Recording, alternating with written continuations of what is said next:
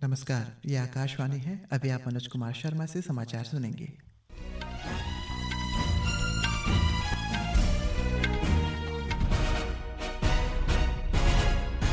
पहले मुख्य समाचार। सरकार ने आज केंद्रीय कर्मचारियों और पेंशन भोगियों के लिए 8वें वेतन आयोग के गठन की घोषणा की। स्पेडेक्स मिशन के तहत 2 उपग्रहों की डॉकिंग प्रक्रिया के साथ भारत ने इतिहास रचा। ये उपलब्धि हासिल करने वाला चौथा देश बना। भारत ने इजराइल हमास युद्ध विराम और बंधक मुक्ति समझौते का स्वागत किया। कहा, समझौते से गाजा में मानवीय सहायता की निरंतर आपूर्ति संभव होगी। दिल्ली विधानसभा चुनाव के लिए विभिन्न राजनीतिक दलों के प्रमुख उम्मीदवार आज अपना नामांकन दाखिल कर रहे हैं। और ऑस्ट्रेलियन ओपन टेनिस में भारत ने एन श्रीराम बालाजी और मेक्सिको के खिलाड़ी पुरुष डबल्स प्रतियोगिता के दूसरे दौर पर पहुंच गए। अब समाचार विस्तार से।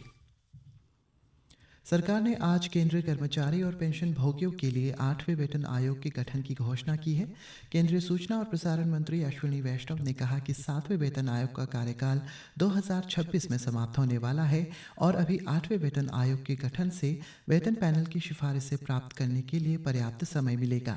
उन्होंने कहा है कि आगे के अध्यक्ष और 2 सदस्यों की नियुक्ति जल्द ही की जाएगी। केंद्र सरकार के सभी कर्मचारियों के लिए 8th सेंट्रल पे कमीशन को मंजूरी दे दी है। 8th सेंट्रल पे कमीशन 1947 से अब तक 7 पे कमीशन हुए और प्रधानमंत्री जी ने एक रेगुलर रिदम के साथ पे कमीशन बनाने का जो एक संकल्प लिया है, उसके हिसाब से 2016 में लास्ट पे कमीशन 7th पे कमीशन स्टार्ट हुआ था, तो 2026 में इसका टर्म कंप्लीट होता है। उससे वेल बिफोर 2025 में 8th पे कमीशन स्टैब्लिश करने से सफिशिएंट टाइम मिलेगा so that the recommendations can be received well before the completion of the period of 7th pay commission. आज भारत स्टार्टअप इंडिया की 9वीं वर्षगांठ मना रहा है। सोशल मीडिया पोस्ट में प्रधानमंत्री नरेंद्र मोदी ने कहा कि सरकार ने देश में स्टार्टअप की संस्कृति को प्रोत्साहन दिया है। इस परिवर्तनकारी पहल ने पिछले 9 वर्षों में अनगिनत युवाओं को सशक्त बनाया है और उनके नवोन्मेषी विचारों को सफल स्टार्टअप में बदला है। श्री मोदी ने कहा है कि सरकार की नीतियों ने कारोबारी सुगमता पर ध्यान केंद्रित किया है, संशोधनों तक अधिक पहुंच सुनिश्चित की है और हर मोड़ पर स्टार्टअप का समर्थन किया है।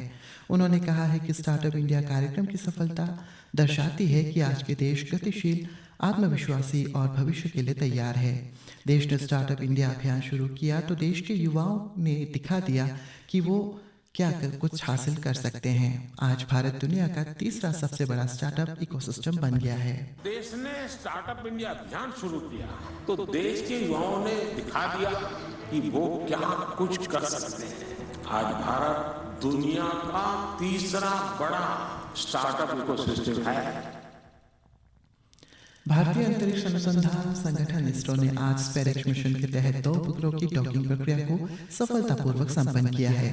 इस उपलब्धि की प्रसन्नता व्यक्त करते हुए प्रधानमंत्री नरेंद्र मोदी ने इसरो के वैज्ञानिकों और उपग्रहों की अंतरिक्ष डॉकिंग के सफल प्रदर्शन के लिए अंतरिक्ष दल को बधाई दी है। एक सोशल मीडिया पोस्ट में प्रधानमंत्री ने कहा कि ये मिशन आगामी वर्षों में देश के महत्वाकांक्षी अंतरिक्ष मिशन के लिए महत्वपूर्ण कदम साबित होगा। केंद्रीय विज्ञान तथा प्रौद्योगिकी राज्य मंत्री डॉक्टर जितेंद्र सिंह ने इस उपलब्धि को अविश्वसनीय बताया है। डॉक्टर सिंह ने कहा है कि यह पूरी तरह से स्वदेशी भारतीय डॉकिंग प्रणाली है। ये प्रणाली भारतीय अंतरिक्ष स्टेशन चंद्रयान-4 और गगनयान सहित भविष्य के महत्वाकांक्षी मिशनों के निर्बाध संचालन का मार्ग प्रशस्त करेगी। संवाददाताओं से बातचीत में इसरो के पूर्व वैज्ञानिक माइलस्वामी अन्नादुरई ने कहा है कि डॉकिंग प्रक्रिया चंद्रयान-4 मिशन में काफी मददगार साबित होगी। इसरो द्वारा स्वदेश में विकसित भारतीय डॉकिंग प्रणाली की सफलता के बाद भारत अमेरिका, रूस और चीन के बाद इस प्रौद्योगिकी का उपयोग करने वाला चौथा देश बन गया है। राष्ट्रपति द्रौपदी मुर्मू आज राष्ट्रपति भवन में सिंगापुर के राष्ट्रपति थरमन षणमुगरत्नम का आधिकारिक स्वागत किया। इस अवसर पर प्रधानमंत्री नरेंद्र मोदी भी उपस्थित रहे। मीडिया को संबोधित करते हुए सिंगापुर के राष्ट्रपति थरमन षणमुगरत्नम ने कहा है कि भारत और सिंगापुर डिजिटल क्षेत्र और सतत विकास में नई संभावनाएं तलाश रहे हैं। श्री षणमुगरत्नम ने कहा है कि पिछले वर्ष सितंबर महीने में प्रधानमंत्री मोदी की सिंगापुर यात्रा के दौरान घोषित एक व्यापक रणनीतिक साझेदारी के लिए संबंधों को प्रगाढ़ करने के साथ साथ सिंगापुर भारत के साथ अपनी संभावनाओं की खोज कर रहा है।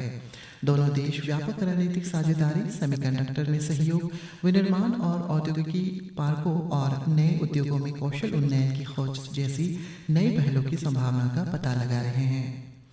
राष्ट्रपति थर्मन ने कहा है कि व्यवसाय, रक्षा और कौशल में दोनों देशों के संबंध कई वर्षों से सक्रिय है। उन्होंने बताया कि भारत 1965 में सिंगापुर की स्वतंत्रता को मान्यता देने वाले पहले कुछ देशों में से एक था। तब से दोनों देशों के बीच एक संबंध सुदृढ़ हो गए हैं। सिंगापुर भारत में सबसे ज्यादा निवेश करने वाले देशों में शामिल है। राष्ट्रपति थर्मन आज शाम राष्ट्रपति भवन में राष्ट्रपति द्रौपदी मुर्मू के साथ विचार विमर्श करेंगे। राष्ट्रपति मुर्मू उनके सम्मान में भोज की मेजबानी करेंगी। प्रधानमंत्री नरेंद्र मोदी भी सिंगापुर के राष्ट्रपति के साथ मुलाकात करेंगे। राष्ट्रपति थर्मन कल से इस महीने की 18 तारीख तक ओडिशा की यात्रा पर रहेंगे। गृह मंत्री अमित शाह आज मुंबई, चेन्नई, कोलकाता, बेंगलुरु, हैदराबाद, कोची और अहमदाबाद हवाई अड्डों पर fast track immigration trusted traveller कार्यक्रम का शुभारंभ करेंगे। इससे यात्रियों को विश्वसनीयता, प्रवासन सुविधाएं उपलब्ध होंगी और अंतर्राष्ट्रीय रास्ता निर्बाध और सुचारू बनेगी। गृह मंत्रालय के अनुसार आवेदकों को FTI ttphma.gov पर ऑनलाइन पंजीकरण करना होगा। यह व्यवस्था देश के 21 प्रमुख हवाई अड्डों पर लागू की जाएगी।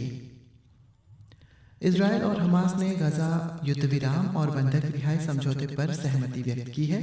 कतर के प्रधानमंत्री मोहम्मद बिन अब्दुलरहमान अल थानी के साथ बैठकों के बाद दोनों पक्ष समझौते पर राजी हुए हैं। यह समझौता रविवार को शुरू होगा और 42 दिन चलेगा। कतर के प्रधानमंत्री अल थानी ने कहा है कि इससे इजरायली बंदियों की रिहाई सुनिश्चित होगी और गाजा के लिए मानवीय सहायता बढ़ेगी। भारत ने गाजा संघर्ष विराम के समझौते की घोषणा का स्वागत किया। विदेश मंत्रालय ने एक वक्तव्य में कहा है कि यह समझौता गाजा के लोगों के लिए मानवीय सहायता की सुरक्षित और सतत आपूर्ति को बढ़ावा देगा।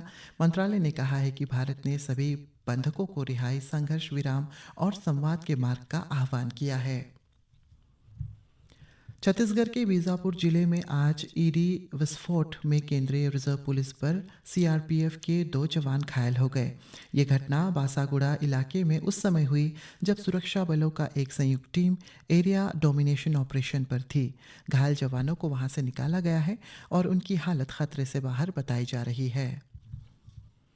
पश्चिम बंगाल के उत्तर दिनाजपुर जिले के रायगंज सुधार गृह जाते समय 2 पुलिसकर्मियों के कथित तौर पर जांच से गुजर रहे एक आरोपी ने घायल कर दिया।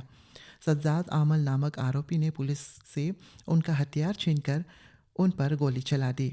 अपराध स्थल बिहार सीमा के निकट होने के कारण पश्चिम बंगाल पुलिस ने बिहार पुलिस को भी अलर्ट जारी किया है। अभिनेता सैफ अली खान अब स्थिर है तो वे अब खतरे से बाहर हैं। लीलावती अस्पताल के डॉक्टर ने पुष्टि की है कि उन्हें रात 2 बजे उनकी रीढ़ की हड्डी में गंभीर चोट के कारण भर्ती कराया गया था। कल रात अज्ञात हमलावरों ने उन पर चाकू से वार किया। सर्जरी के माध्यम से रीढ़ की हड्डी के तरल पदार्थ के रिसाव को रोक दिया गया है। उनके बाएं हाथ और गर्दन की 2 अन्य चोटों पर भी प्लास्टिक सर्जरी की गई है। पुलिस ने बताया है कि संदिग्ध की पहचान कर ली गई है और 10 जांच दल उनका पता लगाने और उसे पकड़ने के लिए जोरदार काम कर रही है। न्यायाधीश के विनोद चंद्रन ने आज उच्चतम न्यायालय के न्यायाधीश के रूप में शपथ ग्रहण की है। भारत के मुख्य न्यायाधीश संजीव खन्ना ने जस्टिस चंद्रन को शपथ दिलाई। केंद्र ने सोमवार को सर्वोच्च न्यायालय कॉलेजियम की सिफारिश पर पटना उच्च न्यायालय की चीफ न्यायाधीश ने न्यायाधीश चंद्रन की उच्चतम न्यायालय में नियुक्ति को मंजूरी दी थी। पूर्व सेना और केंद्रीय राज्य मंत्री जनरल विजय कुमार सिंह ने आज दिन में 11 बजे आइजॉल स्थित राजभवन के गोलाकार लॉन में मिजोरम के 25वें राज्यपाल के रूप में शपथ ली है। गुवाहाटी उच्च न्यायालय के मुख्य न्यायाधीश न्यायमूर्ति विजय विश्नोई ने जनरल सिंह को पद और गोपनीयता की शपथ दिलाई। और ऑस्ट्रेलियन ओपन टेनिस टूर्नामेंट में भारत के एन श्रीराम बालाजी और मेक्सिको के उनके जोड़ीदार मिगुएल एंजल दूसरे दौर में पहुंच गए हैं।